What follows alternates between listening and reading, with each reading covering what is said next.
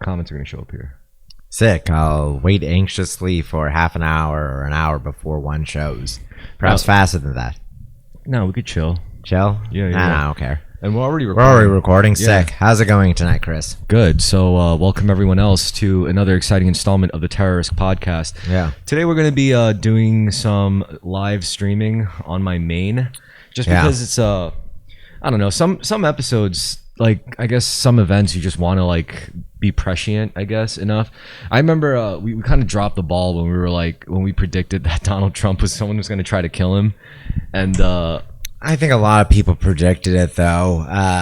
There's enough references to it. Though we came pretty close. I don't know if you ever found the episode where it was mentioned in, but it was I think I was the one who said that there's going to be an assassination attempt that fails in a comical way, and that was exactly what happened. Yeah. Albeit not comical for the guy who got killed. Rest in peace, Italian firefighter guy. Yeah. Oh, who was the guy that got killed again?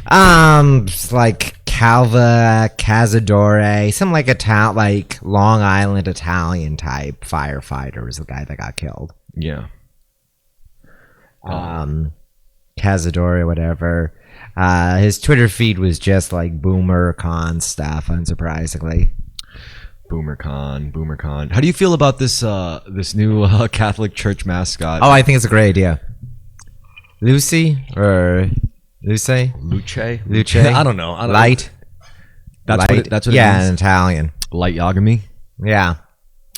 I think she's kawaii. I think that there's going to be an aversion to too much Rule 34, though obviously it will exist, just due to the current bent of internet anon spaces. Yeah, I thought... that's cute. I thought the gender wasn't really specified. I thought it was supposed to be non-binary. Oh, I don't know. I don't know. I just assumed that. Well, it's a girl's name too, I think. Yeah. Oh, is it? Yeah. Is it Italian? Yeah, it's Italian. Yeah. Nice. So fitting for. Yes, looks good. And the Peanut the squirrel, I don't know. It feels like I don't see anything about it except online. I don't know if anyone mentioned it. Maybe if my dad texts me about how the Democrats want to kill all of our pet squirrels, I'll know that it's caught on among a wider public. But yeah, that's true. Or if my boss does. My boss is Gen X, but he's in always just like a boomer. That's true. Yeah. Separately. So all right. Sending messages. Yeah. So eve of election. Let's see. No comments yet. Views 0. Shares 0. I don't get shares. Yeah. Views sometimes. Comments. The only time I ever got comments was when someone tried to really go hard on trolling, and yeah. I don't know. He was just a fucking hater. He probably still is a hater. He was like a left leaning, massive online hater, and those are the most annoying kinds because they're not that funny. Mm. They're not that funny. Right-wing ones are really deranged. They can be really dysfunctional, but often at least they have the feeling of being part of a much larger community. Oh yeah, you think the left? I think in some ways being a left internet troll makes you more of a loser just because you have a smaller number of people around you. Yeah. Like you have less of a gang. That if you're going to be part of a faceless anonymous horde, you might as well go with one that has larger numbers. Of course, this is hypocritical of me because obviously I guess like the troll swarms around K-pop stands or whatever are large or allegedly large. So I think a lot of them are greatly inflated numbers. But yeah, Joe Rogan. This is the platonic ideal that we have a Joe Rogan podcast going at the same time. But yeah, he had a surprise interview with Elon Musk today. Yeah, that just came out. Yeah, so no Kamala, but Trump, Musk, and JD Vance all on Joe Rogan. Fucking, I mean, to be honestly, I thought that was like a big deal. Like fucking Trump. Please enjoy the first 3 minutes. Trump, Vance, and yeah, it is a big deal. And now Musk all going on the Joe Rogan experience. Yeah, it's pretty funny. He looks good, I guess. I mean, His hair looks mad artificial. Yeah. Has he lost a little bit of weight? His body is fucking weird. It was fucking weird for a while. I wonder if he's like taking steroids but not working out. Yeah. That would lead to some weird ass body structure like that. I mean, do you think this was a good move on that side of the campaign to show up on Joe Rogan like this? Yeah. Like, yeah? Definitely. I think it's actually a weak move for Kamala not to go on Rogan. I don't even know if they offered Walls, but Kamala not going on Rogan, I don't know. I think there's probably truth to the fact that it just comes down to enough of her staffers are vehemently anti-Roganist. Yeah. Because of, once again, perhaps speaking to gendered interest. Because Joe is such a conciliatory, like, center guy. Like, almost anyone he interviews, he's going to be he mostly gives pretty softball interviews, so he does call people out occasionally. Yeah. It's not like he's and like, certainly with someone like Kamala, he would be less aggressive with her than with a lot of other people. I really liked JD Vance's Joe Rogan interview. It wasn't bad. I have to admit, I haven't seen either, embarrassingly. It was the most... Oh, you didn't see Trump's? I know, I haven't, embarrassing. No, I mean, Trump's wasn't bad. Trump's was okay because, he's always as you could hate him, but you know the performance you're getting. Well, he's also like, he's probably all right to talk to. Yeah, because he's experienced a lot. Whether or not you think he's a good guy, like you could still probably learn something from him if you're just a average, regular fucking schmuck.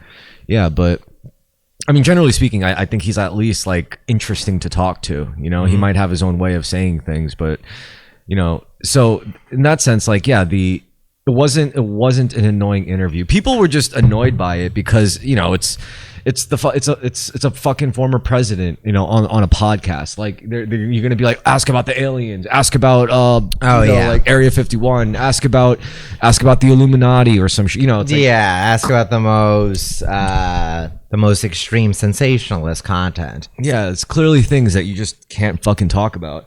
Yeah. But as far as like JD Vance's interview, I liked it because he seemed the most like regular millennial. Yeah, he is. I mean, he is the first millennial VP or by extension president.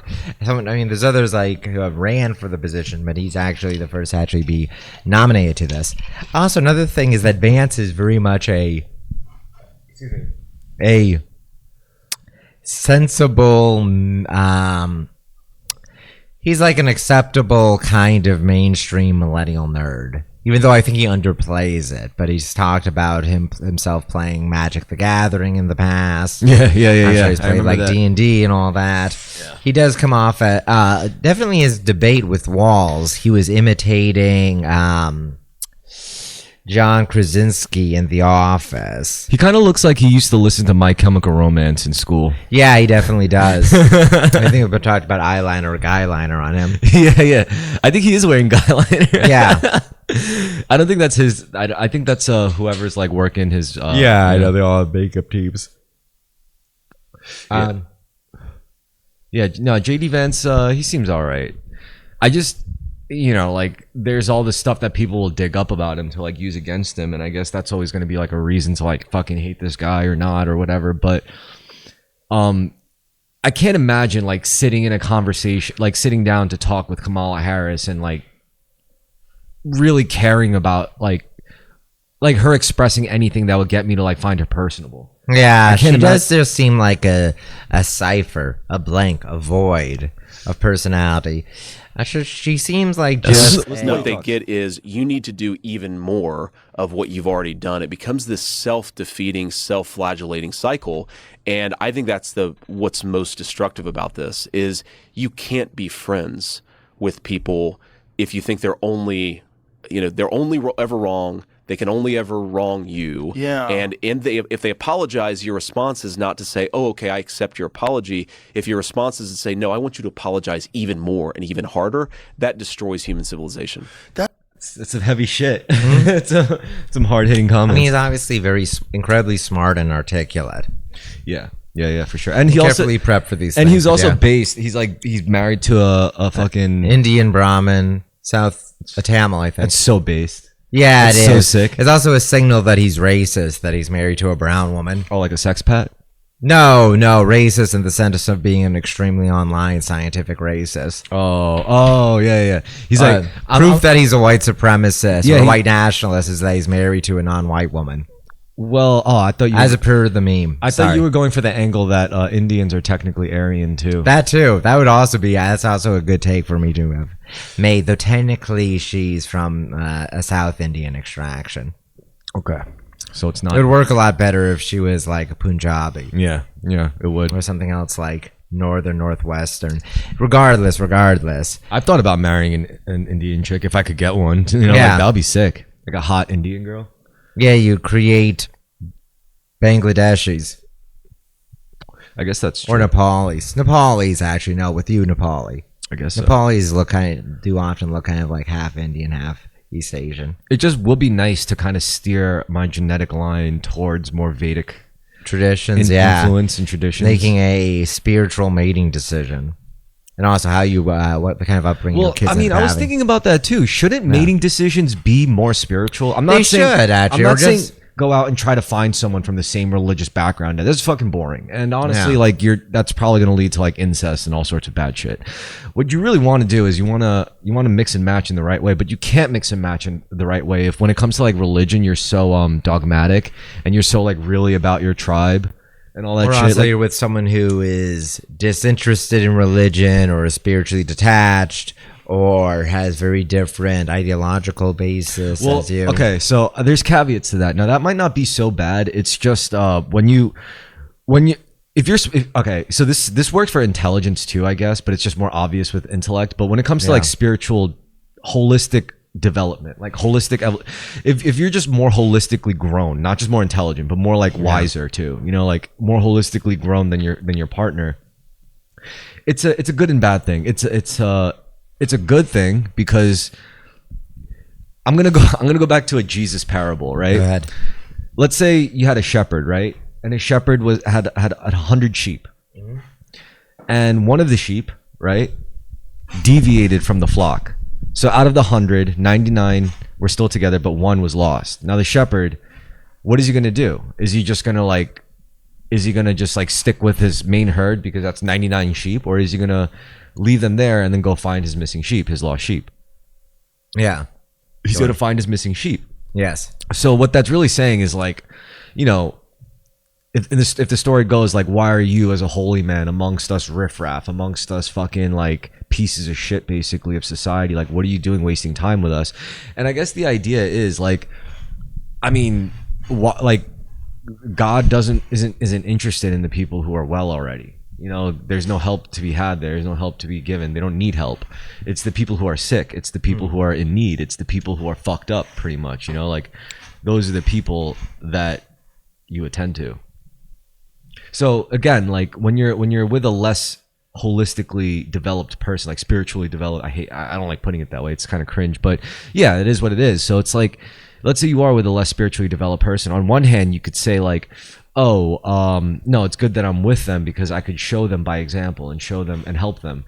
But that's not going to be, that kind of kills romance, right? That kind of kills like an intimate. Frankly, one wonders, you should be wise in your relationships or your romances, but trying to think of it to conspire and to pick and choose a partner feels like it sabotages the whole thing too.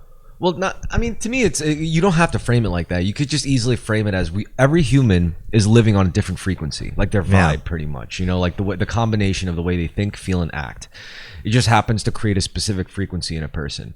Now, if your frequency matches another person's frequency, great. That relationship's probably going to work out. And it's not just like a looks thing. It's not just an economic thing. It's not just like an intellectual thing. It's all of it. It's a holistic whole, and what works for you, what you can put up with. There are certain things I can put up with in a relationship you probably can't, or vice versa. But the frequency is a very apt analogy, because when you hear, like when you're on a car radio, you could be at like not quite the same tuning, the setting, the frequency hertz tuning, but you could still hear the same thing, except it's maybe it's a little tiny bit more. Yeah. It's a very similar. You mostly need to be close in harmony with your lover. Okay, that's another one. Like harmonic resonance. That could easily pan out to like exact opposites just happen to like fill out. But you complement each other. But you complement each other. Yeah. But whereas maybe with someone that has the same quality as you two would spiral together or be dysfunctional or too loud and drown out each other. See, I'm not sure that's necessarily true because, I mean, like, let's say two people were like enlightened, living in a non-duality state, and you had a man and a woman, and they had sex or they got intimate. It really would be like it would be more like two mirrors looking at each other. Because you're beyond the body at that point. In that state, you're already thinking in terms of like your spirit, your body. You just become a refractive image. Yeah, you're nothing. You're nothing. You're both everything and nothing at the same time. That's the real you. The real you is essentially nothing.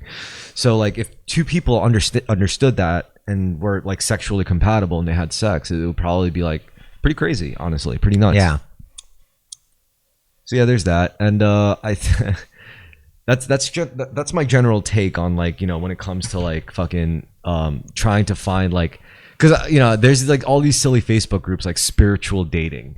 I was like, if anything sounds like an oxymoron, like I'm just like, I don't know about that, man. That by nature seems like it wouldn't work. It's like self-defeating or whatever. So yeah, I mean. But then again, I think it's like you have no choice. Like once you reach a level of spiritual development, you're gonna want to find a partner who's like at least on the level, at least like in on it. Like at least they know the game. So you're not gonna freak them out if you suddenly tell them it's like, no, I don't want to go drinking this weekend, or it's like, no, I don't want to go party with your fucking friends in some club, or it's like, no, I don't want to go waste resources and do something fun like go on extravagant vacations. I'm sorry, I don't fucking want to do that. And like you can, I mean, you could, I'm not saying like spiritual people don't go on vacations. I'm just saying like you have to at least like be like be on the kind of like same level with like your energy, like cultivation and conservation of energy. Yeah. So in terms of like, I don't know. Well, I think as far as like JD Vance goes, him and his wife, they probably just like met in fucking college or something. Yeah, they met at Yale or Harvard, whichever one he went to. Law school, I think.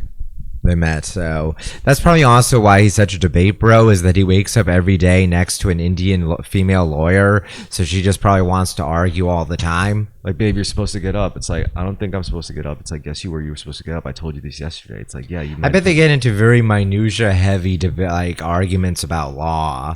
And she's probably more hard driving than he is, but or more conservative than he is, given the society she comes from. But I bet they just have constant arguments over like some petty legal history. And it's not an actual debate, but they're just constantly having a low simmering argument because they both enjoy it. Sounds fun, Yeah, that's actually. I mean, this is just a fantasy I'm making about it. And then at the end, they have some vegetarian Indian dish. Well, he eats meat, but he cooks vegetarian food for her because she's still a vegetarian, if I recall correctly. Well, he specifically said in this interview, actually, he was like, I'm the type of guy, it's not a meal unless there's meat. Yeah. which I thought was relatable, yeah. Yeah. I mean, I'm like very much so on ketosis now, but yeah. He had a point though, because his wife I think she is vegetarian. She is, yeah. And apparently he said like, yeah, if you're gonna eat vegetarian food, eat I forgot what they called it, but eat whatever it is. Like she apparently was eating. Yeah, I mean, Indian cuisine is basically the most fulfilling and pleasant vegetarian cuisine. Everything else either has obvious substitutes for meat, or is just like you're not getting a full meal. Yeah. Either in nutrition nor in just pure taste. Yeah. Like Indian food is the only vegetarian food that doesn't suck.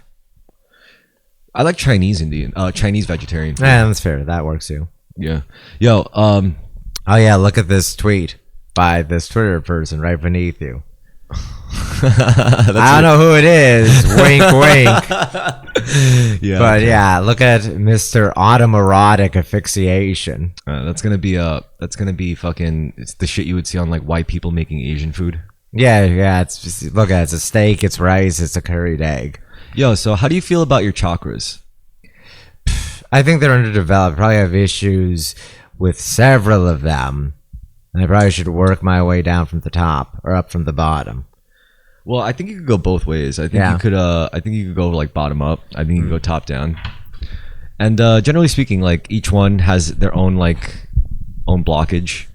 Yeah. One's related to like safety and security and such, and I mean each one has to do with like a fundamental aspect of life, and you just have to sort of clear out the emotional blockages that's preventing you from fully unlocking the channel of energy from your Here, not to shift too much of subject here, forgive me for interrupting, but that kind of chakra, as in the Shaq reference, that kind of meme with like an older celebrity who's not really doing anything except appearing as himself. Of being a DJ, you mean? Yeah, being a DJ. I feel like that kind of cultural internet trend fell off. Like you don't see fandom for Bill Murray or Morgan Freeman or Nicolas Cage. Yeah, maybe among normies it exists, but that kind of like in 2010, I'm sure in Bushwick, Williamsburg, there's still like murals of Bill Murray or Nick Cage up on the walls. Yeah, on walls outside, but I really don't see much of that kind of content anymore. Kind of thankfully. Yeah, They're taking a celebrity from your childhood, probably like millennial childhood celebrities that were already past their prime or not active, and then like Chuck Norris jokes or any kind of making fun of whatever kitsch camp figure and acting like what a big great deal this guy is. Not as prominent anymore. Mr. T jokes, etc. Yeah. Oh my god. So like last night I was asked to do this pre-election stream. Yeah, with, this one or a different one? No, a different one. This was on my friend Exertus's channel, and it was really funny because the guy who's like trying to like quarterback it, this guy Darren, he was like, all right, so he was asking this other guy David. He was like, let me ask you, are you gonna choose for like what we talk about next to be inflation or abortion? And I was just begging him. I was like, please, for the love of God, please fucking pick inflation. Like, yeah, same. I'd much rather talk about inflation. Abortion to me is a very tedious argument. It always has been on the internet. I don't fucking want to talk about abortion anymore. Like, dude, if you want to get an abortion, you already have this political impact anyway. If you want to get an abortion, just don't live in Texas anymore. Like, just fucking leave. It's interesting how it galvanizes even in states where it's protected or a high level of access was granted. Yeah, and I was like asking Iowa, all these Midwestern states, a bunch of Southern states. I mean, Southern states probably places most fond of it being overturned, and they were just like, it shouldn't be an argument, blah blah blah. You shouldn't have any say over a person's autonomy. And like, yeah, okay, good, okay, and the thing I hate about like those discussions, it's because I even said this and they got really uncomfortable with the way I put it. I was like, oh yeah, so this is all under the assumption that we just can't stop fucking like animals, right? Like that we just, we're assuming here that we just have no self-control and we never will as a species. Like that's just the conclusion that we're going with. And then they just dropped it like real quick. And I was like, okay. But as for inflation, I was trying to tell them, I was like, your money's fucked up. Like your money's basically fucked. You can't store wealth just by storing your cash. That doesn't work anymore because the value of your cash is literally going down. I mean, there's probably a bunch of reasons for this, but the two big ones I could think of, well, that anyone could plainly see, is that one, the Federal Reserve has the power to control interest rates. And what that essentially means is like, first you got to think of it like this, like every single company, essentially virtually every single American is in debt, and it's normal to be in debt. If you're an American, if you're living in America, it's normal for you to be in debt. If you're not in debt, you're either like coming from like a particular religious background, a child or rich. But even rich people are fucking rich people are constantly cycling through debt and min-maxing their credit and stuff like that. So debt is normal in America. Now, when you control interest rates, essentially when you bump that number from like 1.2 to like 1.75 or some shit, like that's a huge that matters, right? Because when you think of like huge, gigantic corporations that are working on the margins, like 1% to them could mean like hundreds of millions of dollars to like maybe $1 billion or $2 billion. You know, like when you think of when you just control fractions of like percentages for them, for those companies that make our products that we use and that we need, who make our toilet paper, who make our aluminum foil, who manufacture our goods and our cleaning products and all that shit, like. If they take a hit like that just because of a switch in interest rates for like hundreds of millions of dollars, then what they're going to do is they're going to make their shit more expensive. Like that's the obvious chain reaction. If you really think about it for just like a few minutes, like if assuming all these companies are in debt, they have to be, because that's just what it means to operate in like capitalism in America. If they're all in debt and suddenly like the urgency to pay back and the amount they pay back was kicked up like a notch, that means the prices of everything ultimately just go up a notch, because they're not going to like let that cut into their bottom line. What you do is every company collectively agrees, it's like, okay, since holding a balance pretty much is going to be that much more expensive for me, we're going to make our goods and services that much more expensive for them. I mean, they'll take the hit. What is it? You know, for them, it's a difference of like $1, $2 prices, you know, $3, but it's still fucked up. You know, like we still feel that shit in the long run. Now, that's problem number one. Problem number two is the fact that they could also just indiscriminately print money. You know, meaning like if like, you know, inflation, currency is debased. Exactly. Like if it's backed by nothing, like not gold, there is no gold standard or anything like that, then basically it's funny money. Basically these people just have the ability to like, you know, once companies and American entities just start like defaulting and are unable to basically fill that void back up for whatever reason, then they could just like print more money. And if they print more money, the value, it again, like you said, it debases the value. So yes, but as opposed to hard currency, you just have far more growth and are capable of having a modern economy with fiat. Much of the value of money comes from it being in circulation, which is why everyone's so massively in debt. It's a way of keeping money circulating. Okay, so what that means, as long as you don't have to pay back. So what that means essentially, it's like, you know, like how do you get money? Like if you have like a little bit of money, how do you get more money? Well, you put in energy. You output energy into work or something, or production of something, like running a business, producing goods, providing a service. It's basically expenditure of energy, and money is a way for you to store that energy you expended. They say, okay, you expended this energy for me. Here's a certificate denoting. It's basically your money is your stored energy in terms of the economy. And if you can't do that properly, if you can't store your energy, like the value of your energy is going down with the money you're holding on to, that's a form of energetic diabetes. That means the money is toxic. That means there's something like borderline biologically wrong with our fucking money, because our energy has to do with our biology. And if we can't store fat, then, you know, that's a huge problem. So what do we do about it? I don't know. I mean, I can't tell anyone what the fuck to do with their money or what to do with their energy. Like what I can say is what I do. I put 20% of my income into Bitcoin. Yes. And you know, as a hedge against inflation. It's not even if it goes down. Well, I'm sorry. It's just you're losing money if you put money in the bank. Yeah, exactly. Holding on to cash is just stupid, which is really sad. You know, that's like it is. That's very scary. You know, for a long time that wasn't the case with low interest rates.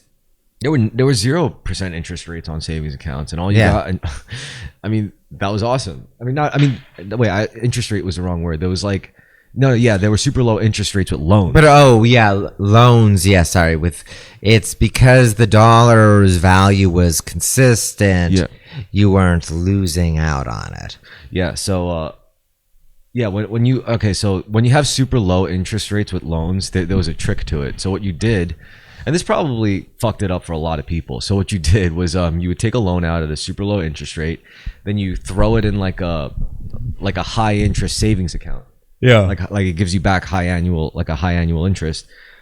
And what you would do is you just take out a loan for like a 12-month loan or whatever, park it into that account, never touch it, because, you know, whatever, it wasn't yours to begin with, so you don't need to spend it.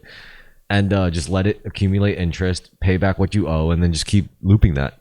And, it was like, it's a neat trick, but you can't do that anymore. Like, first of all, a loan will be like given to you probably at like something like a fucking 30% interest rate. Yeah. And savings accounts don't really cough up that much change back either. And no one even realized they probably have to time these shifts with like certain generational gaps. I mean, a lot like, look, this is all downstream of COVID, right? Like, it's all related to the influx of money in circulation with COVID, people not working for a prolonged period of time, financial fittering, interruptions within the world market, things like the Ukraine war. Well, to be honest, I mean, I think there were signs like well before COVID, like when. Oh yes, I've heard that. Well, first of all, there was 2008. 2008, yeah, and various juicing of the market after that. 2008 was a big deal, and the internet was very, very, very disruptive for a lot of things. And there was also when the dollar was taken off the gold standard. Yeah, that was in the 70s. Yeah, under Nixon. Yeah, that was a big deal. And remember Zeitgeist? I never watched it. Really? Surprisingly, I know. I just know of it. I've seen clips from it. I never sat down and watched it all the way through. I've seen like a lot of clips from it. You know what Zeitgeist is? I think it's like more of a Gen X thing. It's like a millennial, like older millennial. Yeah, early, like old millennial. Thank you.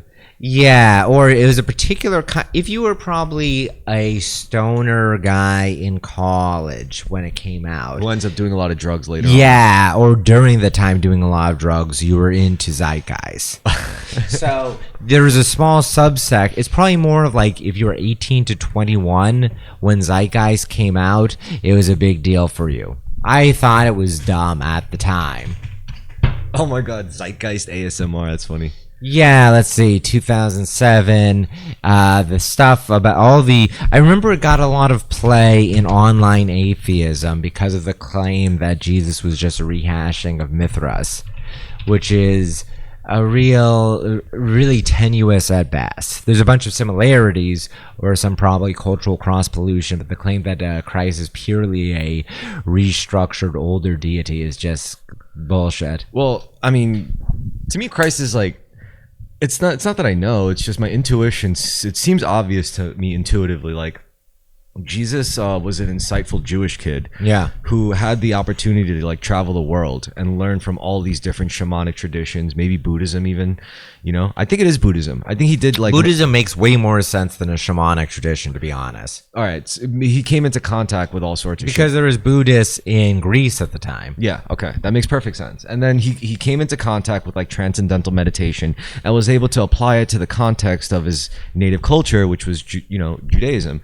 And then when he became enlightened, but still under the framework of like where he came from and who he was, as a Jewish man, he was able to see all the hypocrisies, like within like that paradigm of like Jewish tradition. He was able to like see like, yeah, I'm sure he's influenced by Greek philosophy. So much of the Bible's in Greek, and it's true that Christianity in many ways is a merger of Greek philosophical tradition and Jewish religious tradition. Yeah, exactly. And he probably learned all sorts of shit. He probably learned like fucking he probably just came into contact with like the absolute. His contact with Buddhists might have just been Greek Buddhists. That's true. Or because it was something that existed within Greece. He wouldn't even have to have gone to India. Yeah. It wasn't huge, but it would have been something found in, I don't know, Athens or some such place. Yeah. And I think and he became like one of those avatars. And the thing was like, I guess what's really notable is like why he was such an outlier. And I think it's because around those times, they just didn't have the internet. There was a whole bunch of mystery cults and other religious movements at the time. Rome already was having a lot of religious crisis of faith that extended when it converted to Christianity, until it converted to Christianity. Yeah, like crazy cults and shit. Yeah, like in the 100 ADs, and to the Roman authorities, Christianity for a while was just one of many crazy new religious movements. Oh yeah. Yeah. So I do think Jesus was like an enlightened guy. Now the question is like, why weren't there more dudes like him? Well, he had apostles. He had members of the faith who proselytized to people that were hugely influential, like Paul, Yeah, that's true. like Constantine. I think he was like he was a mystic. Yeah. Yeah. Certainly someone like John the Baptist was an ascetic. Someone living, in poverty in the desert. Yeah. So yeah, you should definitely watch that, guys. Though. Yeah, Zeitgeist and Loose Change, right? Two different. Loose Change was the 9/11 one. I didn't see Loose Change. Yeah, same. Yeah. We talked about 9/11 before, didn't we? Of course, everyone's talked about. No, 9/11. I meant talked about it on the show, like our last recording, or recording or two ago. I don't know. I mean, I'm sure we've talked about multiple times. How does it feel 23 years later? It's crazy. You run into people at a bar who weren't born when 9/11 happened. I don't know. I mean, it wasn't. I was in another borough when it happened. It actually wasn't that far away though, because it's only like a ferry ride away. But what was that like as a kid during 9/11? I probably asked this before. It wasn't that scary. It was probably a lot scarier for the grown-ups. Mm-hmm. That makes a lot of sense. Yeah. What was it? Just the usual? You were at school. Did they wheel in a TV or not? I was on the school bus, and one of the later stops before we actually got to school, this kid John McCluskey comes on. Cool name, actually. Yeah, it is. It's like a detective's name. Yeah, Detective John McCluskey. Anyway. Yeah. He gets on the bus and he's like, "Holy shit! They flew a plane into the World Trade Center." I was like, at first I just didn't believe him. I was like, "No, they didn't." Yeah. And then like, the bus driver got a call from the radio. I didn't make out because it was one of those rattly, shaky, noisy buses, and he goes just quiet. He doesn't say anything. He puts it back, and he doesn't really say anything. He doesn't really answer questions. And then, we get off the bus, and then the teacher tells us, it's like, "Yep, it happened. They flew a plane into the World Trade Center." I think one kid in the class lost his like dad in the fire rescue. Yeah, it was a firefighter. Yeah, or either that or a paramedic. Paramedic, I see. Yeah, it was. I think it's like. Were you on Staten Island at the time? Yeah. Yeah, there you go. So it was on Staten Island, so it makes sense that you know someone who died in it. Of course. As a first responder. Yeah. So, actually, I wasn't sure if the kid was in my class, but it was definitely like someone in the school. And it was a small. Yeah. It was a really small school. It was Montessori. What was it like in the aftermath in New York City? Or it didn't really affect you as a kid, and as a kid on Staten Island? It didn't affect me as a kid on Staten Island, but I did know this one guy later from the dojo. Actually, he was like this slightly. I think he had about like 10 years on me, maybe 20, like a little less than 20 years on me actually. And he looked really young, but he told me that he lived in like Chinatown at the time. Yeah, renting, and now he lives like downtown Manhattan.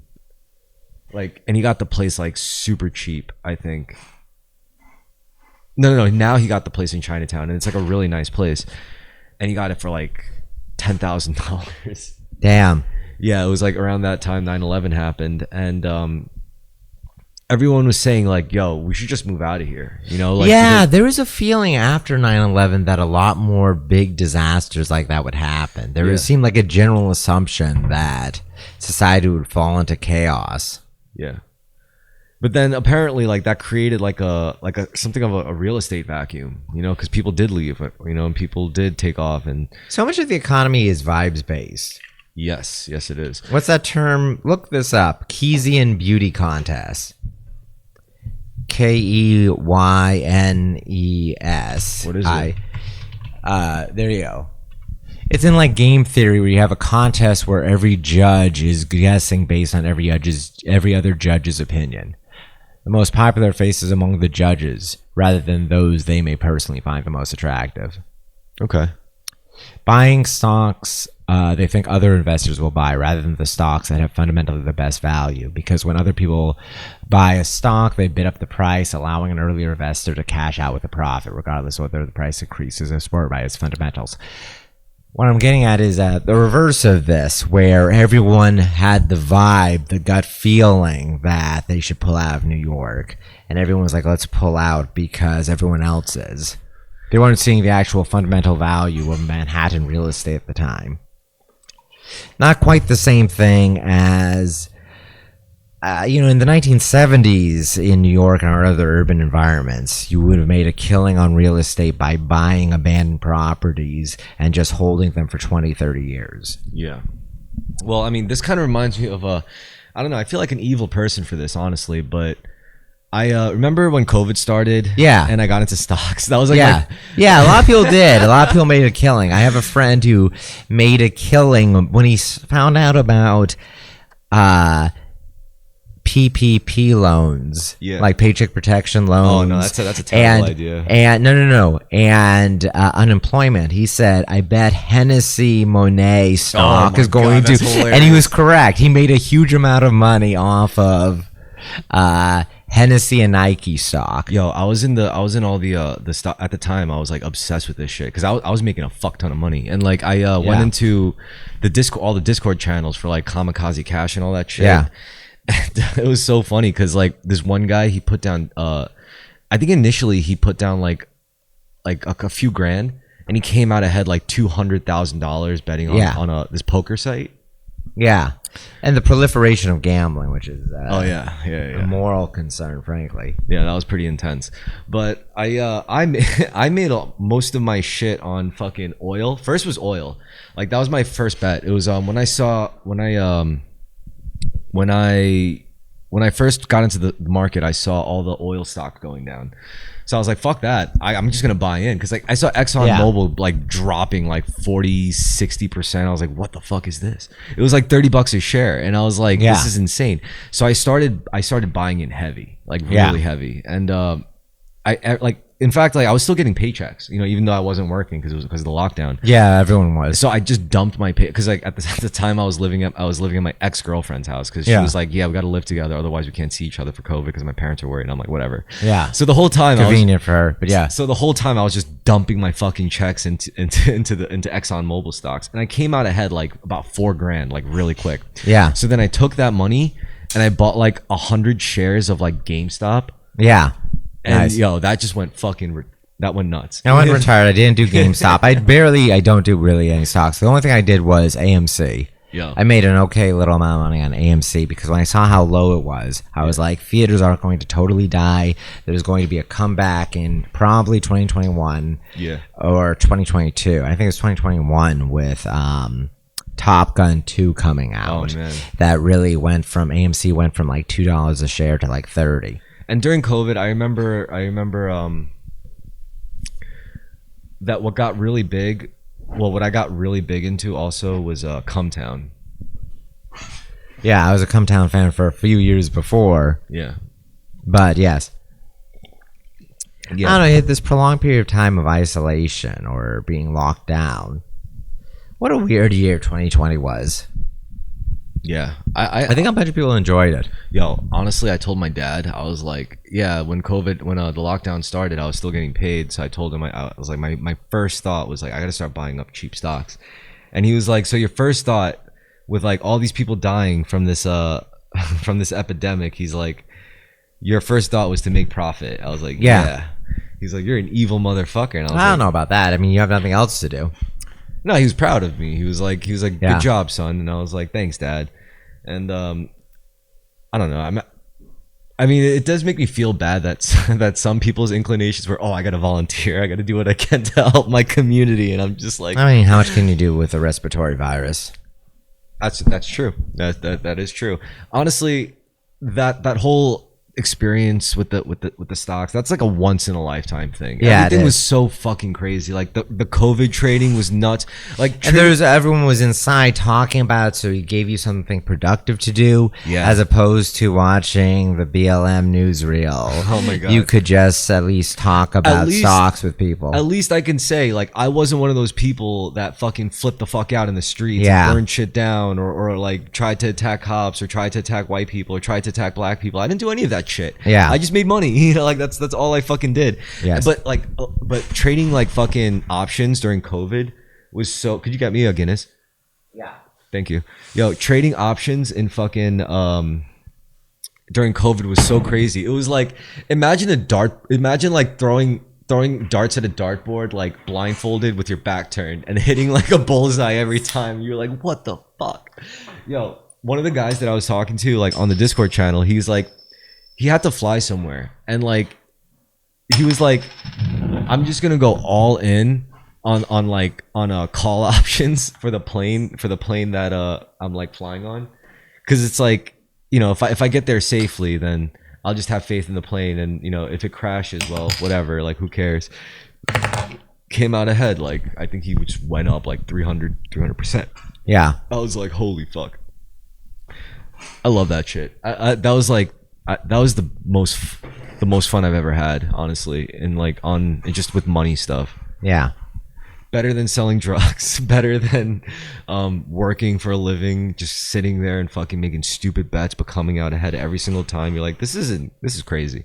It was because there was this golden period where as soon as the lockdowns happened, everybody just pulled out. Like big institutional hedge funds, everyone just pulled the fuck out, and everything just took a nosedive, including all the businesses too, who probably took a huge fucking hit for like many quarters after that, you know, because like they shutting down like one day of business for a major corporation like, I don't know, fucking Johnson & Johnson, like it's like millions and millions, maybe. Yeah, huge disruption, which we will be dealing with for a while.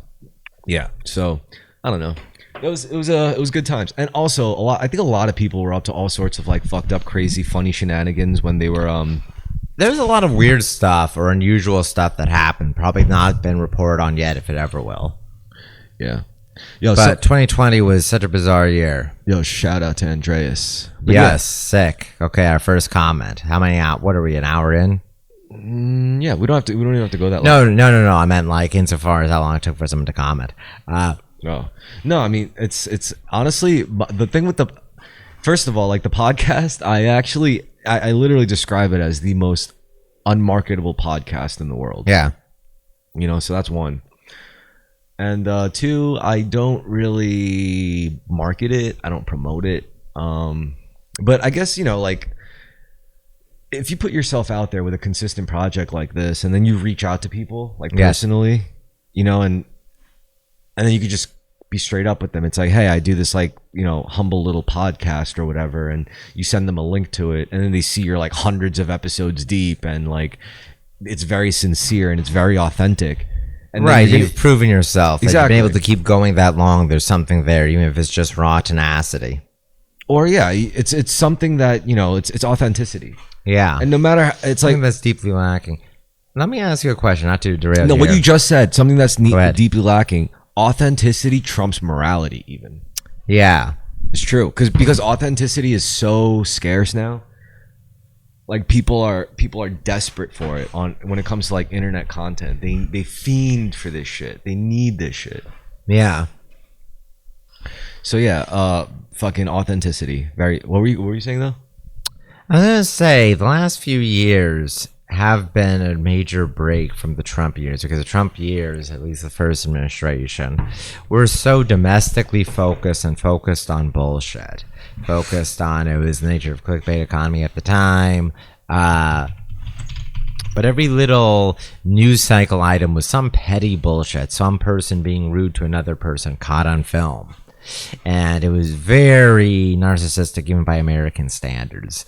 Now people are begrudgingly, to their distaste, forced to hear about a global pandemic, a war in Eastern Europe, another flare-up of Israel-Palestinian conflict. Ready for the television event of the year, the 2024 election. I don't fucking trust this news cycle, man. I don't trust this whole. It's been nice actually how long it took for us to even start talking about the election. Normally it dominates a year and a half before. Nah, I want to chew the fat a bit. You know? Yeah, go ahead. But I just I don't think I trust this fucking newsreel. NPR is Yeah. Oh man. NPR. Let me tell you about NPR.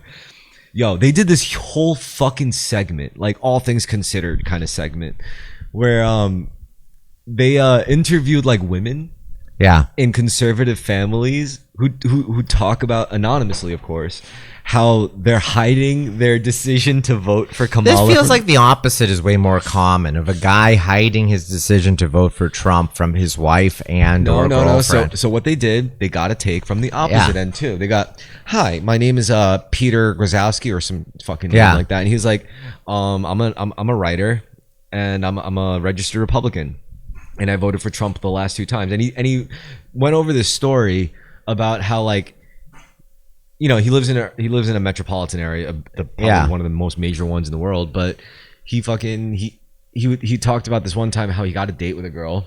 Yeah, and I think they even kissed on the first date, and they had a great time. Yeah, and like later on, she texted him and she was like, "Yeah, it turns out I just don't want to see you. I don't think I want to see you anymore." And he said automatically he knew what it was. Yeah, I get. But then despite knowing, he asked her anyway. He was like, "Can I ask what it was? Like, did you happen to do a Google search on my name?" And she's like, "Yes." Yeah. And then she saw that he posted like multiple articles. He authored multiple articles, like, like conservative or Republican or whatever. And then he said to this day that that cost him over like 30 or 50 dates or some shit. Yeah, there's many such cases, and I can relate. That's so brutal. That's what you get for being a wing cuck, though, man. Like, I'm sorry, bro. This political game, this doesn't fucking... It's not worth it, okay? It's not worth fucking... You think it is, because they get you all, like, worked up. They get you all... And it's a substitute for religion and other forms of community. Exactly. It gets you all hot and wet. But truth is, none of this shit is worth it. Only God is worth it. If you're going to be fanatical about something... Actually, no, maybe not. But maybe don't be fanatical about your worship of God. I don't know. I think it's ultimately, for any of the fail states, a better state of being. Yeah, I mean, because God loves you, what's not to love about loving something that loves you? Because God gave you life, and if you're not grateful for life, then what the fuck are you doing here? I'm not saying end it. I'm just saying consider it. It's like what's the point of not loving something that you don't need to have? If any of us were to die, nothing would really change about the world. Either Trump or Kamala would still become president. That's why we should all be grateful for life. And I think I tried to say this, and some dude was like, "Oh, so you're saying a child with cancer should just be grateful?" I'm like, yeah. A child with cancer should be grateful. What else are they gonna do? Yeah. Imagine telling that kid, it's like, nah, you shouldn't be grateful at all. Yeah, blackpilling. My humanitarian exercise is blackpilling cancer-ridden children. You got nothing to be thankful for, kid. Don't let them lie to you. Live the truth. Live in reality. You're gonna die. Yeah, it's gonna be soon. Live the philosopher's life. Yeah. Yeah, that doesn't feel very helpful, or it. You know what it is? The grotesquerie of this mentality is shown when it comes to the example of telling a cancerous child, "You got nothing to live for. You're gonna die soon. I'm a loser, and I've still gotten more pussy than you ever will, kid." Yeah, exactly. It's literally over. Damn, dude, that's like. I'm just and then they're trying to kick you out of the children's hospital, and you're like, "What for? You're canceling me for telling the truth."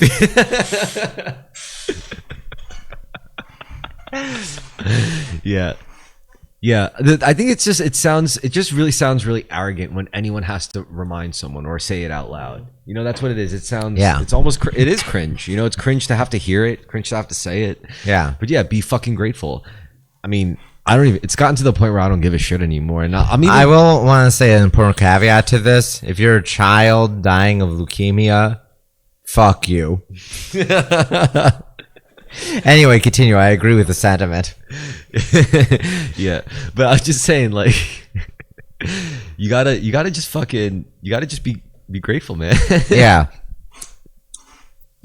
It's too funny though, because like, yeah, it's gotten to the point where I don't give a shit, and I think it's becoming easier for me to like say this shit without like major repercussion, because like everyone's feeling it now. You know, everyone's like feeling. Everyone is not just like individually. I mean, like, or people just we know. I just mean like collectively. I think generally, more and more people are starting to feel the limitations of their hollow fulfillment of the void. Yes. Yeah, I think everyone's slowly starting to come to grips with the fact that more money is not going to do it. A new girlfriend or boyfriend is not going to fucking do it. A new car is not going to fucking do it. These can fix temporary problems within your life, but they aren't giving you an ontological meaning. They aren't giving you a meaning to life. You know, a new car is good if you need a fucking car to get to work, or if you're in a rural area. Like, it's a necessity, basically. But then you get the car, then what? Then you have to work on your spiritual self all the way through. Yeah. Don't forego getting the car if you need one, is what I'm getting at. Same thing with money. Boyfriend, girlfriend. Boyfriend, girlfriend, same thing. Yeah. It's not going to solve your life or give it meaning, but there are people in situations where they would start getting better at handling other issues in their life if they had a girlfriend or boyfriend. The right one. Yeah, it's still fucking dangerous. Don't go pursuing it looking to fix your problems, but for some people, it definitely will improve their lot in life. I would argue that until you actually go through with your spiritual healing, because you know it's not really like spiritual growth so much as it is just remembering who and what you really are. You know, because like you have all these like external things like fucking you up really at the end of the day, like all these things giving you grudges, all these things giving you you know, reasons to be mad, ungrateful, reasons to just be resentful, complacent even. So yeah, if you could just figure all that out, like when you get the car, you'll be a lot less likely to lose it fucking gambling or that's a good way of putting it. Yeah. If you get a boyfriend or girlfriend, you'll be a lot less likely to lose them saying or doing some dumb shit. If you get if you get the job that you need, you'll be a lot less likely to lose it being an irresponsible fuckwad. Which is why I think spiritual development should, maybe not for everyone. You know, maybe some people are better doing it post material establishment. But I think for some people, it's really better when you go when you like go for your dreams after you're spiritually aligned. Yeah. Or do them concurrently.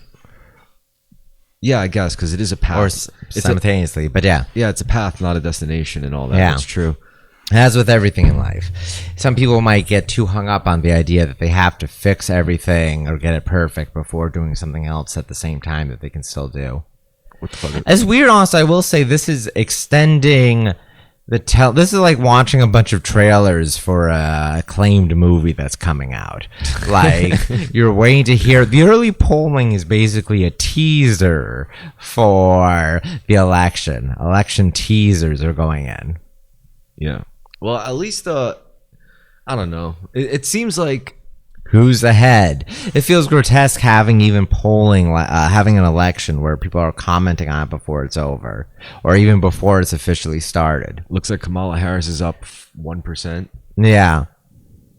48 over Donald Trump's 47. Perhaps they're just trying to blackpill Trump voters into not voting. Well, that's but what perhaps it will have the opposite effect. And if they had just laid low, complacent and low IQ Trump voters would have not gone out to polls. Well, maybe perhaps trying to juice the election and make it look like Kamala is going to win, give up hope, chuds, will instead cause them to chud out and go to the polls.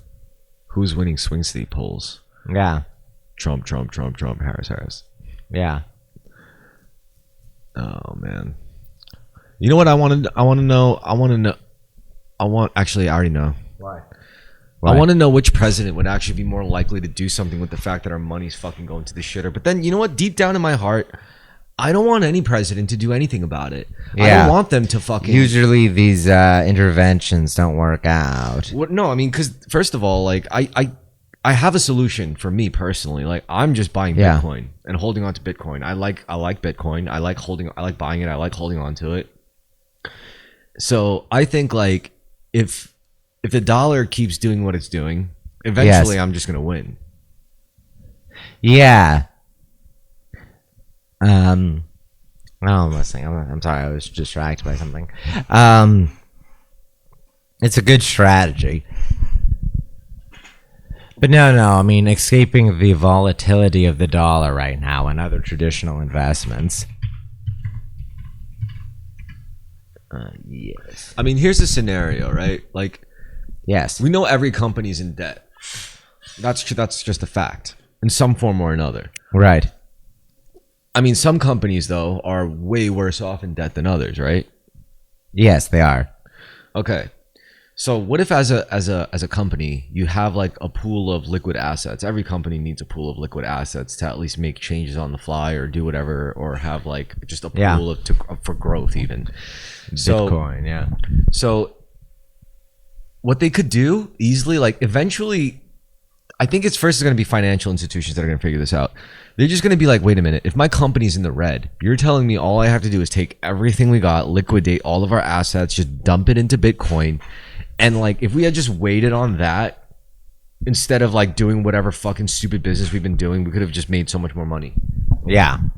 So that's probably what's going to like trigger like the next massive windfall of like, Well, a Trump win will cause all crypto to grow, and it'll cause a bunch of cons. Yeah, I think so, because I think, once again, the vibes around Trump are pro-cryptocurrency to such a degree that will lead to a bull market. Well, personally, I think if Kamala wins, she's just going to keep running the fucking dollar into the ground. Yeah. Which is ultimately just going to help Bitcoin. If Trump wins, it's going to be more because here's the deal.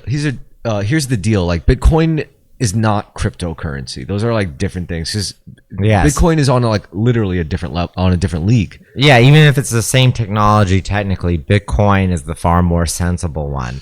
Whereas all the other cryptos are just cons and pump and dumps and shit coins. Well, Bitcoin is because the only non-shit coin.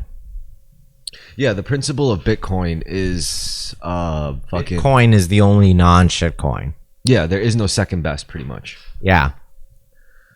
Yeah. So, there's Bitcoin. I like Bitcoin. I think I just want to keep buying Bitcoin and just holding on to Bitcoin. Yeah. There's this guy that you guys should look up in case you haven't already. His name is Michael Saylor. He's the CEO of... His name's not spelled like Steve Saylor, the race scientist. Michael Saylor is like the word for a sailor, but it's with a Y instead of an I. This is because a bunch of their ancestors were sailors, but they hadn't standardized the spelling of it yet. Well, this guy's crazy because he's an alma mater for MIT. And yeah. He's not just some like young maverick crypto dickhead. Like, he's like, he knows. He's 10 numbers short of the sexy age. 10 numbers, 10 years. Well, he just knows his shit. Yeah. He's an American entrepreneur and business executive. He is the executive chairman and co-founder of MicroStrategy, a company that provides business intelligence, mobile software, and cloud-based services. Saylor was MicroStrategy's chief executive officer from 1989 to 2022. In 2000, Saylor was charged by the SEC with fraudulently reporting MicroStrategy's financial results for the preceding 2 years. Probably whatever. Yeah. He later reached a settlement with the SEC for $350K in penalties and $8.3 million in personal disgorgement. Saylor is a Bitcoin advocate, and under Saylor, MicroStrategy has spent billions of dollars to purchase over 100,000 Bitcoin. In 2024, he paid a $40 million fine to settle a tax fraud suit. He authored the 2012 book, The Mobile Wave: How Mobile Intelligence Will Change Everything. He is also the sole trustee of Saylor Academy, a provider of free online education. Yeah, so he's pretty much the most based Bitcoin guy, honestly. Yeah. He's got this whole thing about like the 21 laws of Bitcoin or something, or the rules of Bitcoin. And my favorite one out of all those was actually, no, there's a couple of favorites, but one of them was like Bitcoin insight will be given to those with a need to know. Yes. Which is a really good one. Yes, it's an occult knowledge to be illuminated to the faithful and to the wise. Oh yeah, that's a knowledge. That's a good way to put it. But the way he, like, when he put it in more earthy terms, he was like, like, do you have a company? Do you have people you need to provide for? Do you have people that you need to like keep money coming in so that you could feed, pretty much? And if you do, then, and you see the state at which our dollar is going, then you're gonna have no choice but to look at something like Bitcoin. Yes. And once you look at it, if you look at it seriously enough with an open mind, you're going to be like, what the fuck? You know, this is essential. This is world changing. You know, it's like imagine like if I wanted to get money into Germany or Japan or something, and I didn't want to go through a bank, I could literally just take Bitcoin and through. Yes. And convert it wherever I end up. I mean, depending on the country you convert it at, that might be an issue, but still, like, it's probably not that hard. I mean, there's probably whatever exchange that's available in the region who would do it. Yeah. And that's the thing about Bitcoin. Like, you can't stop, even if one country decided to stop it, you can't stop other countries from using it. Yes. And you're just going to get crowded out. Yeah, it can function as currency in a way that the dollar perhaps can't in a world of global conflict, of war between China and America. You'd be trading things with Bitcoin. And another shipments would still be being sent from China to America during a war between us. And another thing about Bitcoin, I mean, look, there's never been a currency in the history of mankind with enforced scarcity. Yeah. Nothing else will really do the ticket. Like, I mean, there's some things that are maybe too scarce or whatever. Like maybe it's just some things are just not like efficient, like gold, or trade or barter. Like you can't, like, good luck. Like if you imagine being like a fucking oil farmer or whatever, or a pig farmer, and you want to get dental work done. It's like, what are you gonna pay your dentist in bacon? You know? Yeah. Well, that's the reason why you have currency. Yeah.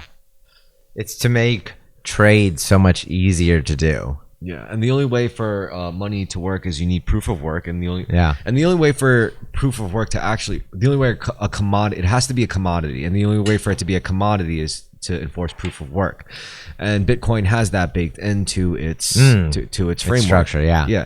So that being said, another thing is that Bitcoin is ultimately finite. Eventually, there will come a point when every Bitcoin is mined. Yes. And there will be no more Bitcoin to mine. And the CIA holds a reserve of Bitcoin. Do they? I don't know, just theorize that that's Bitcoin's origin. Yeah, Satoshi Nakamoto is like it means in Japanese like centralized intelligence or something like that. That's good. I like that. I heard that too. That's really funny. Have you seen this image over here at the top left on this screen? What? Hold on. Let's see. You're not men. You're boys. If there was no social media, you would be my concubines.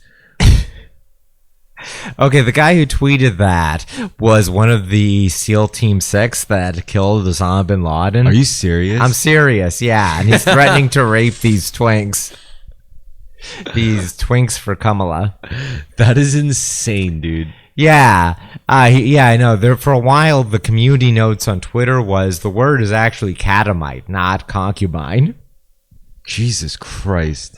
Yeah, just conservatives fully embracing the gay rapist archetype. Jesus Christ. Yeah, bring that up. Yeah.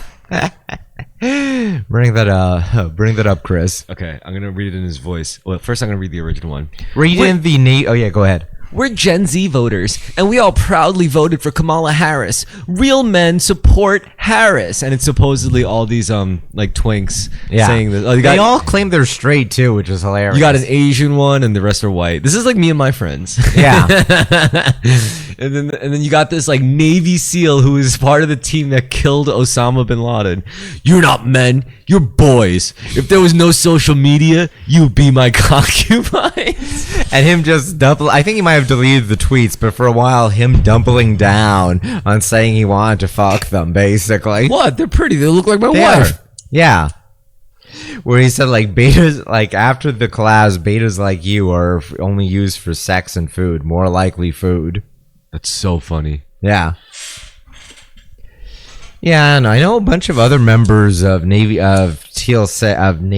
Team SEAL 6, whatever. Fuck. Zero Dark 30. A couple of them have transitioned. Really? Or like one or two. I like to think it's half of Navy Team SEAL sex. That's so funny. Yeah. I mean, there's the conservative explanation. It's like, listen, being a warrior, doing physical harm to another man, it does things to you, man.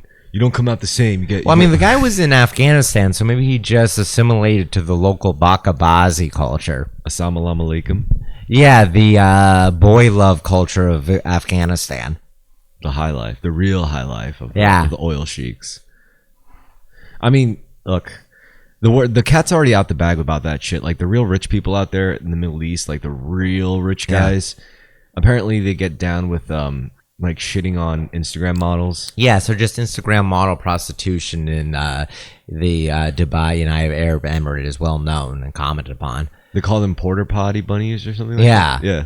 But just in Afghanistan in particular, the focus of the local warlords is on tween boys, like 12-year-old boys. Really? Yeah. Oh, that's not good. It goes along with the intense misogyny of the culture where you can fuck a boy, but you can't fuck a woman.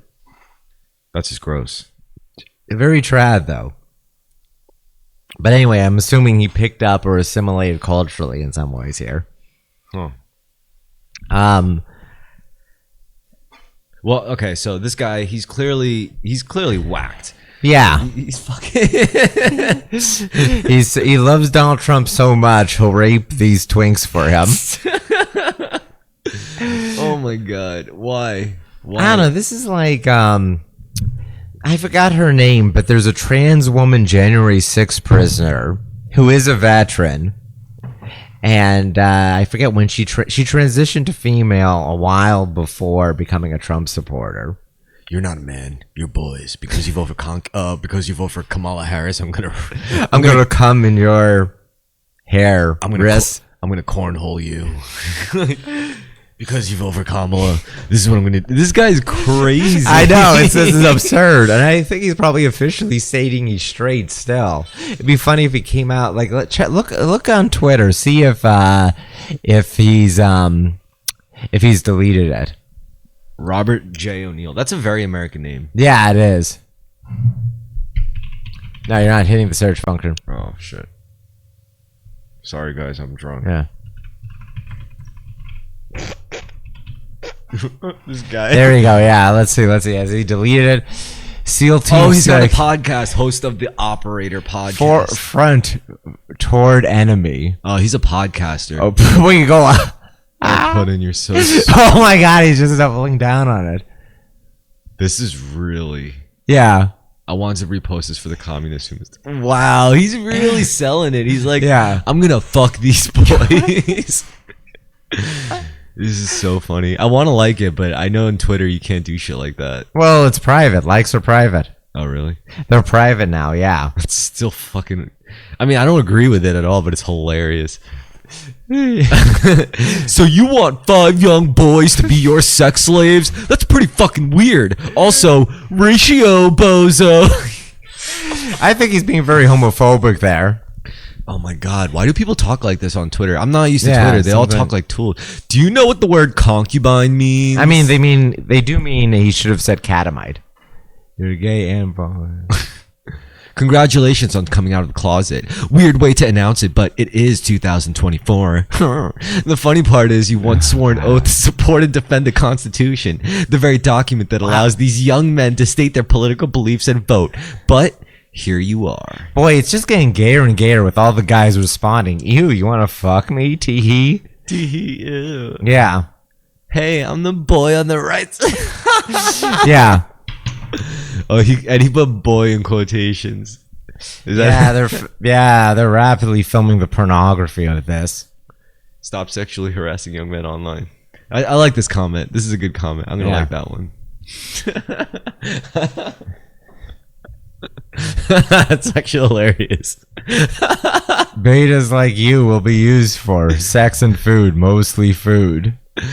Oh my God. Yeah. Yeah, very Navy, yeah. The Navy is never beating the allegations. Oh, fuck. On my feet. Oh, there you go, hon. The cultural appropriation of Greek culture. Oh yeah, the Greeks invented sex, but the Italians added. He's as an Irishman, he's culturally appropriating Greek boy love. Yeah, or Roman. Yeah, Yo. it's Mediterranean. Oh my god, I was really ashamed, but I did that in the advanced philosophy group. Yeah. I was like, actually, you know what? I'll just read it out loud because I could just look it up. It was a Roman Empire fucking Roman Empire meme. I was basically saying they were like LGBT. The Roman Empire was LGBT friendly, making man boy love all day until the Jews, like Jesus, came and ruined all of it. Now the spirit of Christ is coming a second time to oppress the gays again. Sick. Hold on. Need to tweet something real fast. Make some time. Let's see. Hashtag Trump is going down on Kamala's. What? I'm thinking. Give me a second here to formulate this. Kamala's wet brown pussy. What? Oh my god. No, I'm just tweeting this right now. Fuck. Nancy Pelosi says Trump brain is deteriorating, claims he can't serve another term. Ooh. Big roast Nancy Pelosi.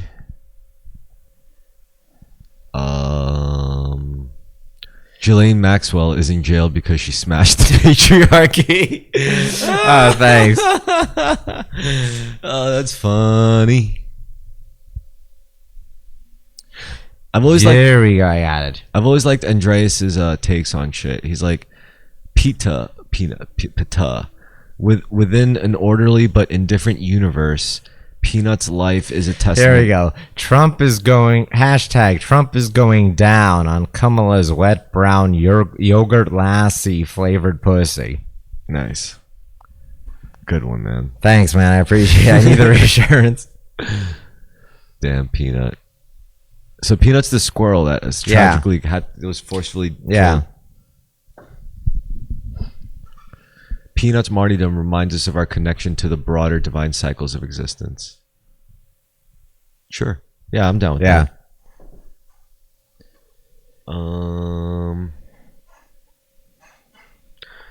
Robert Greene. You know who Robert Greene is? Yeah, I do. I love that fucking guy. Wow, he looks old.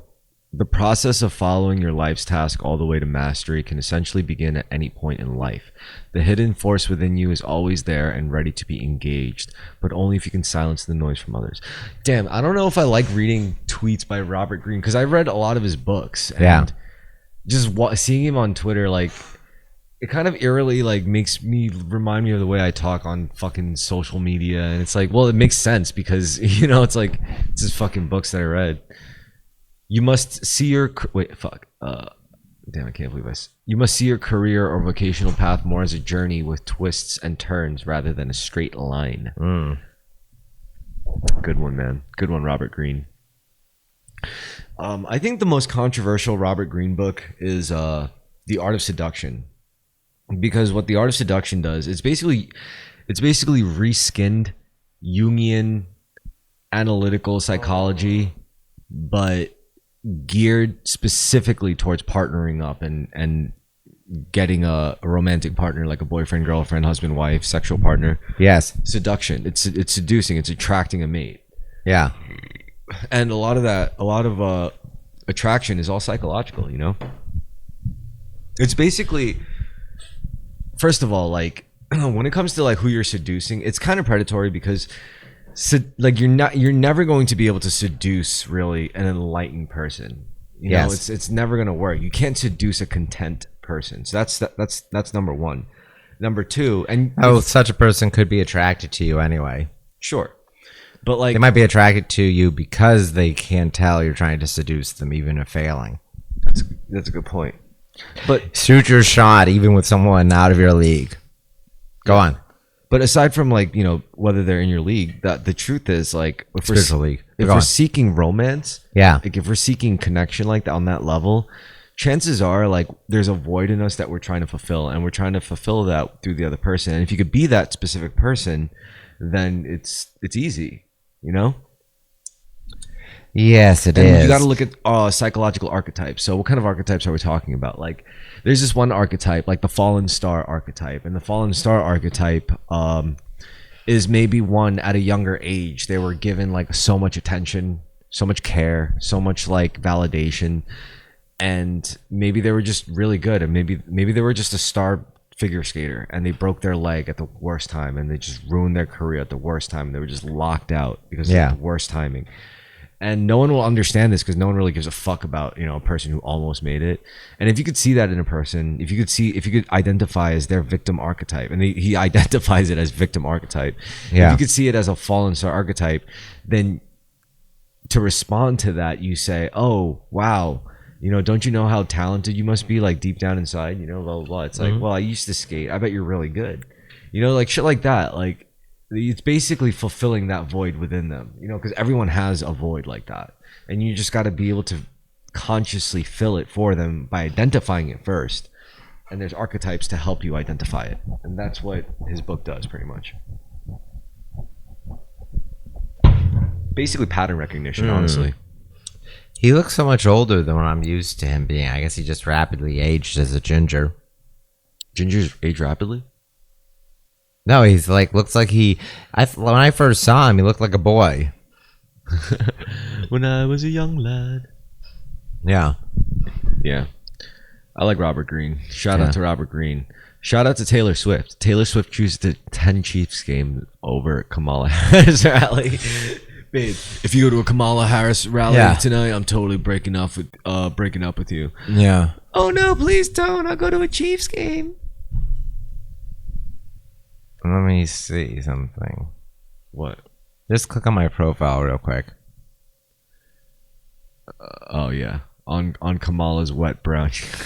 I see flavor. All right, I like it. Thanks, man. Jesus Christ, you're a sick man. Yeah, it's true. Michael Meyer. Trump is toast. Damn, I guess Trump's gonna lose. I don't know. Maybe. I mean, he called Trump's victory the first time. That's true. I don't know. People engage in all these predictive things, and who knows? Yo, so are you prepared, like psychologically and spiritually, for the first woman president? I'll never be prepared enough. Why not? Do you think a woman would do a bad job? Yes. Really? Well, no. It depends on the woman. I don't know. Kamala just doesn't inspire any confidence in me, but I think the president is surrounded by too many people who would. Yeah, it's very much the administration. It's the party itself being elected. Yeah. So yeah, Kamala might just have the better backing and the better team to lead the country. But I don't know if Trump wins. Let's see. It would be different, that's for sure. Yeah, I wonder if it'll be more like what I expected wrongly the first administration would be, with people just treating it as a joke in the background. What, a second Trump presidency? Yeah, that all the energy around the initial Trump presidency has expired. Oh, what's this? In Iran, a woman who was accosted by the morality police for not wearing hijab removes her clothing and roams the streets in defiance. She has since been arrested by IRGC forces and forcibly disappeared. This is the brave face of true resistance. Damn, they bagged her up for dressing like a hoe. Yeah.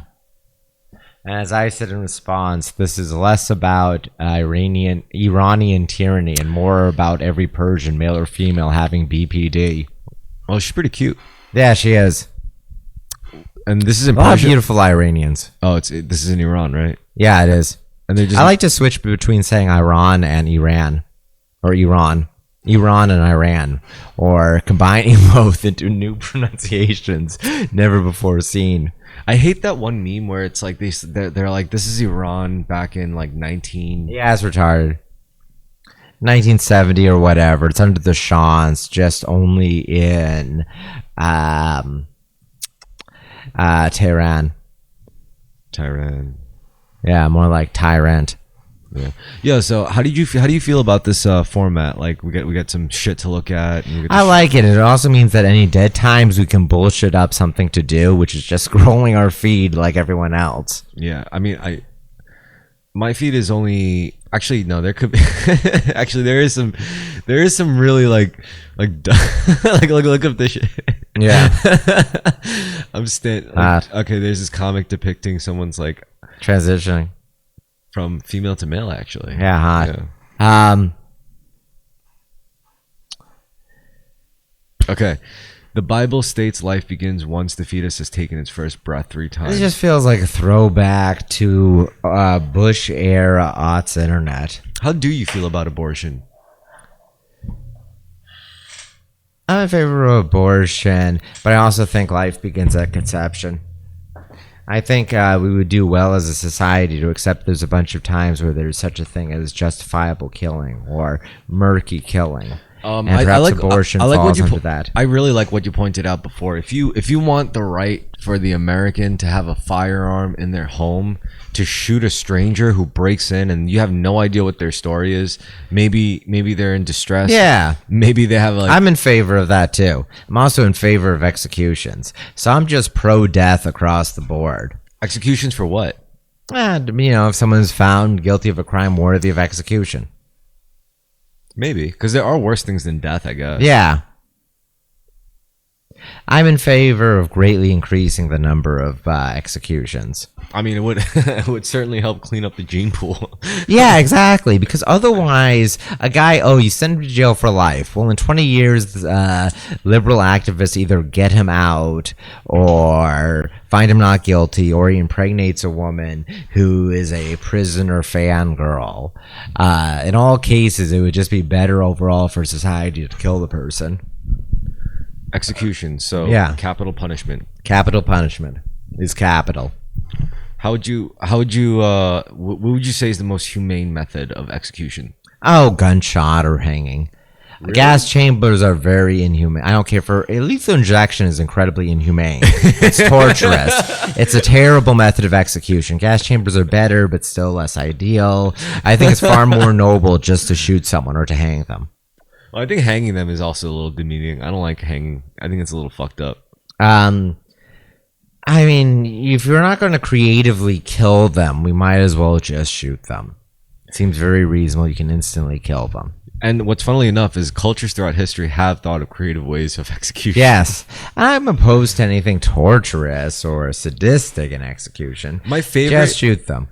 Actually, if I did have a favorite form of execution, it would be the ones where it was like kind of like medieval, so they didn't have the technology to access like the most humane methods of execution. Yeah, so humane methods of execution, then hanging. Yeah, but the Japanese were like, we have swords, like, and we could we could just chop their fucking head off, Yeah. A very humane method too to behead someone. Would you? I'm in favor of beheadings. Yeah. Would you rather get beheaded or hung? Ooh, beheaded. Yeah? Yeah. Why? It just seems cooler overall. And hopefully I can make a pun right before I'm killed. I think hanging too. I would like to be shot the most. I would just like to be shot. I think they said the worst part of decapitation is that like when your head drops, like your perspective will still be from like the ground as if you're just the head, but you'll still feel your body. I don't know how true that is. No. I'm not saying like telepathically. I just mean like you'll feel as if you have a body. You're like, what's going on? Yeah. Why can't I move my body? Fair. In that case, yeah, shoot me. Yeah. Or like tie me to an explosive and set it off. I think after getting decapitated, it probably feels like suffocating for like a few seconds. Yeah. Because that's really what you're dying from, like lack of blood, air, everything. Yeah. Aren't you just in shock and like your consciousness as it is tied to your body is severed?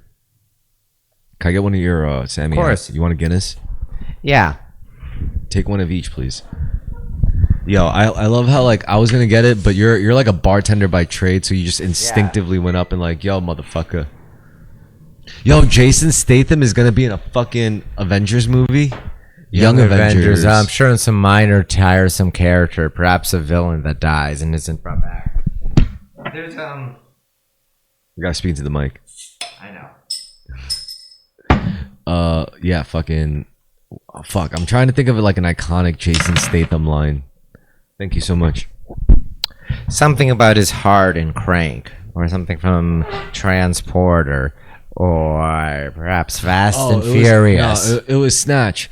It's like, Oh yeah, Snatch, yeah, and Lock, Stock, and Two Smoking Barrels. the Germans. That's my favorite line. Yeah, It's like, where do you need a gun from? The Germans. yeah, yeah. Definitely, there's something that benefits from English crime stories not having a ready availability of guns for drama. I think Snatch was my favorite Jason Statham movie of all time. It's a great movie. It's an amazing movie. Snatch and Lock, Stock, and Two Smoking Barrels. Yeah, but Snatch And he's great in Fast and Furious 7. yes. Snatch has it has Brad Pitt. Brad Pitt. Yeah, superstars, okay? It has Brad Pitt. It has all the British guys that you could want. Vinnie Jones. Yeah. It's got the black guys. It's got Jews. It's got the Jews. It's got a bit of Dash in New York. It's got everything. It's got everything. Snatch. It's got the diamond heist. Yeah. You know, like in everyone's favorite movie, Uncut Gems. You know the story in Grand Theft Auto 4 supposedly is like ripped basically from Snatch, which actually is true. I never really played GTA 4. No, I mean I played a little bit.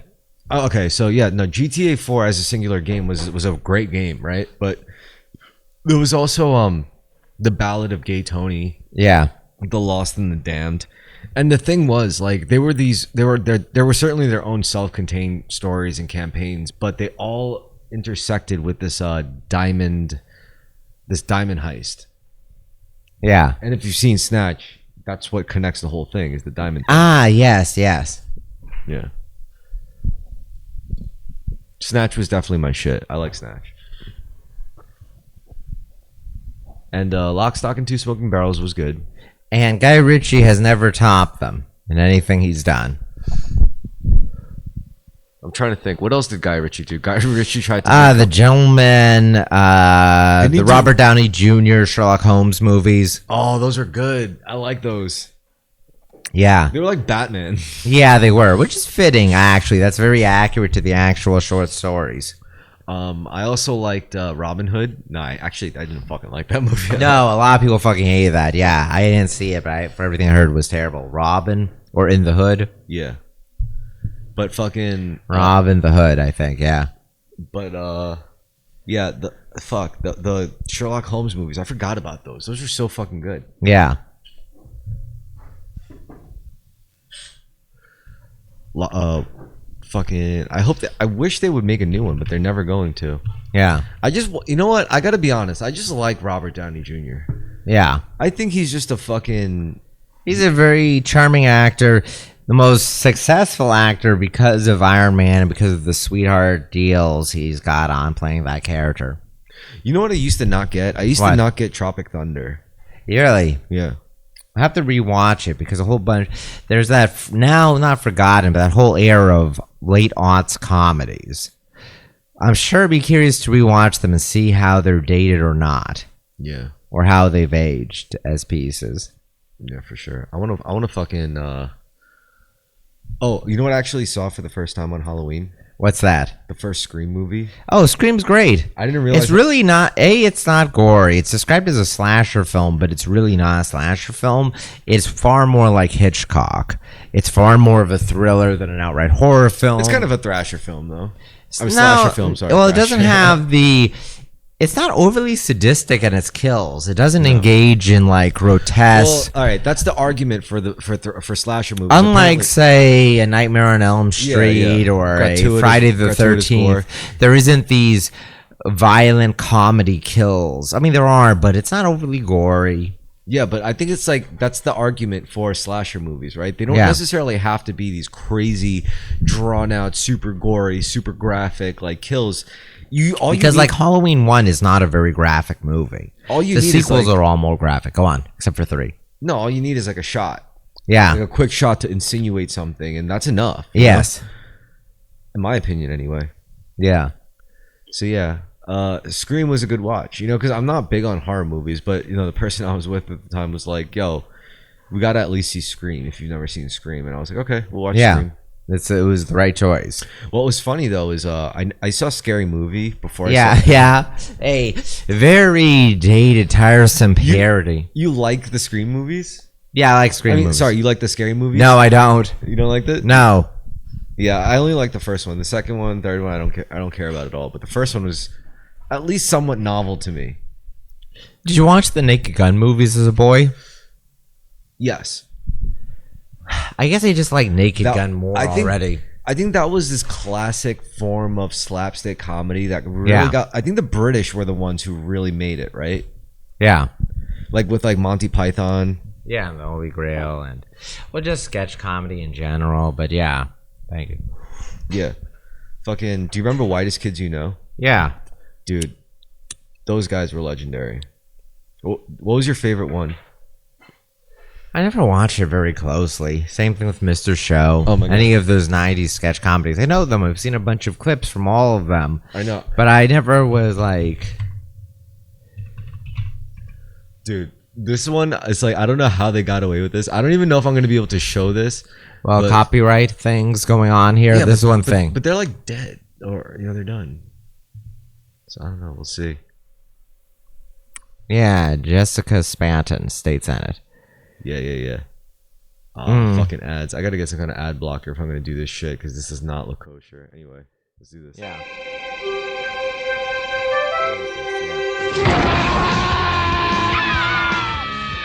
You kids look like you could use a delicious fruity beverage. Who are you? Might I suggest Fizzy Pop's Grape Blast, the new soda from Johnson and Hedges? Open wide, kids, because I'm gonna grape you in the mouth.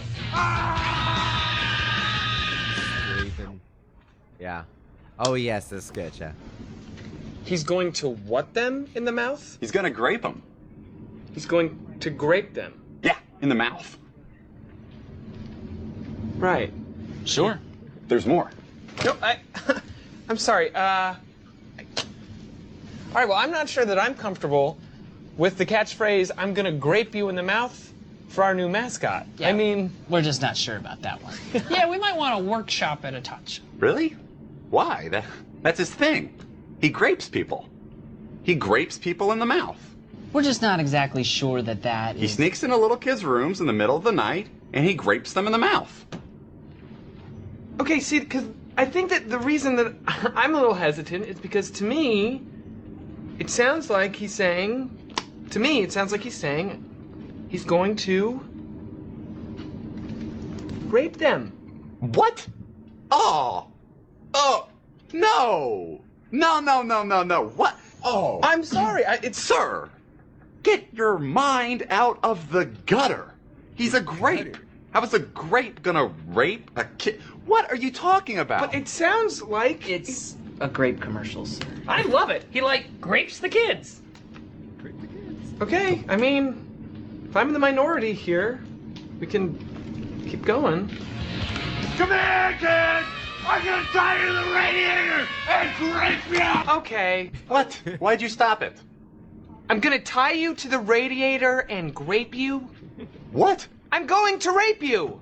No, that's what it sounds like he's saying. I love it. Really? Are you back on this rape thing again? Why was he gonna tie them to a radiator? That's how he grapes people. That's what he does. No! He's the grapist.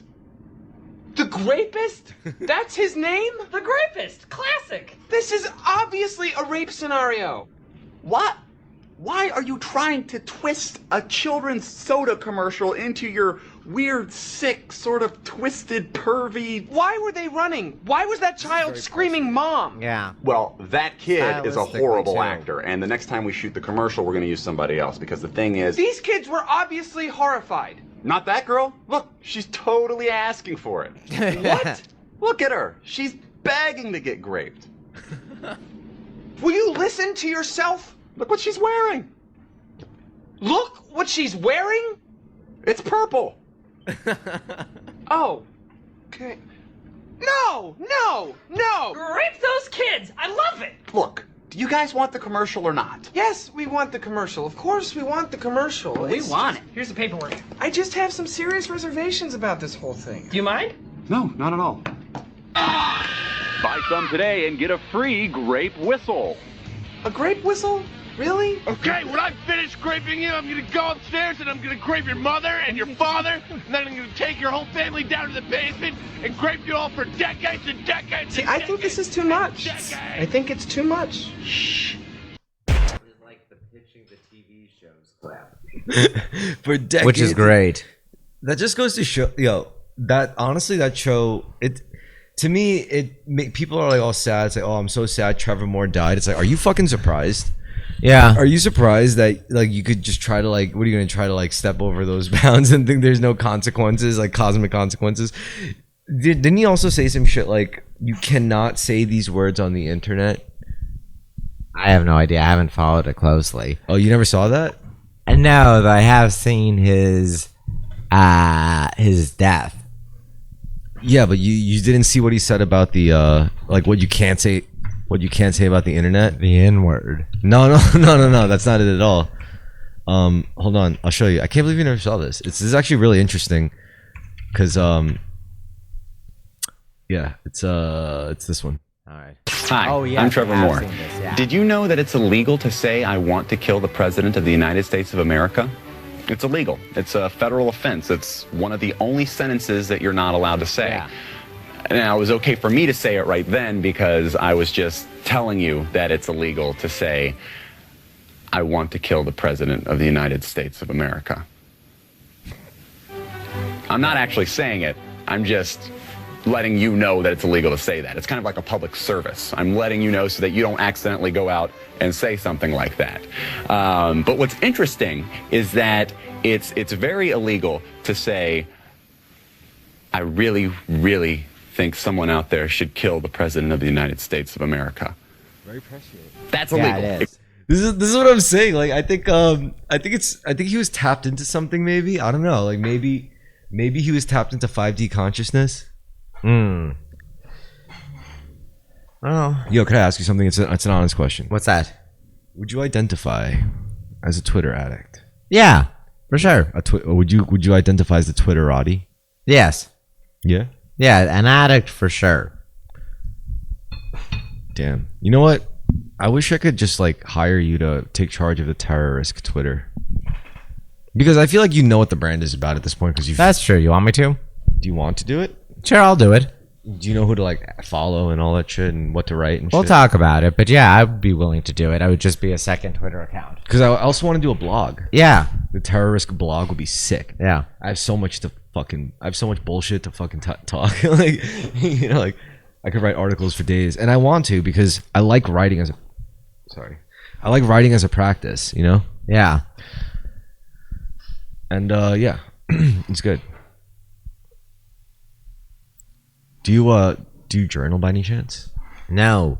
We've talked about it before, and I keep saying I ought to. I'm gonna get you a nice journal for Christmas. Thank you. That's sweet. Yeah. That'd help. Anyway, we could just about wrap this episode up, but yeah, this was a good one because we got to try something new, something different, and breaks up the structure of it. Hells yeah, it does. Helps keep interest, go through it quicker. And it's on the precipice of a historic night. We're about to watch history be made, right? Yeah, of course, yes. We're about to watch history being made with the 2024 election. Kamala Harris, the first woman president. Imagine the second woman to lose to Donald J. Trump. Oh my God, that would be so. That's great. That Trump's one weakness. You God. have Just to run a you man said against him to beat him. Dude, just because you said that, like that makes it so much worse. Like I bet women literally cannot let this happen. I'll be so great. If you hate women, vote for Donald J. Trump. Which, by the way, I'm voting for Donald J. Trump. Dude, that's I just realized you're absolutely right about that. Like if Trump wins, that's 2 women. He's defeated, yeah. That's not good. That's not a good look. South Koreanification of politics. No, I mean, am I wrong? Like, it's almost like that sets a. All right, morally, who do you think like the most white-pilled pick? Is it Donald Trump? Trump, yeah. Really? Yeah. You sure? Yeah, I am. All right. As long as you think that. As long as you're not intentionally picking. No, I genuinely think that. Okay, I think it would be an aspiring victory over women. But more importantly,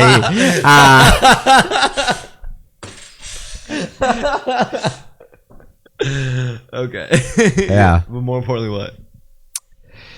It would just be, I think, a more exciting win. It would be doors. I mean, it would be much of the same as the first administration. I think it would be but- exciting either way. Just Yeah, it in would. very- Yeah. Very different ways. Shit. All right. I really want to watch The Chosen with you. All right. Anyway, Yeah.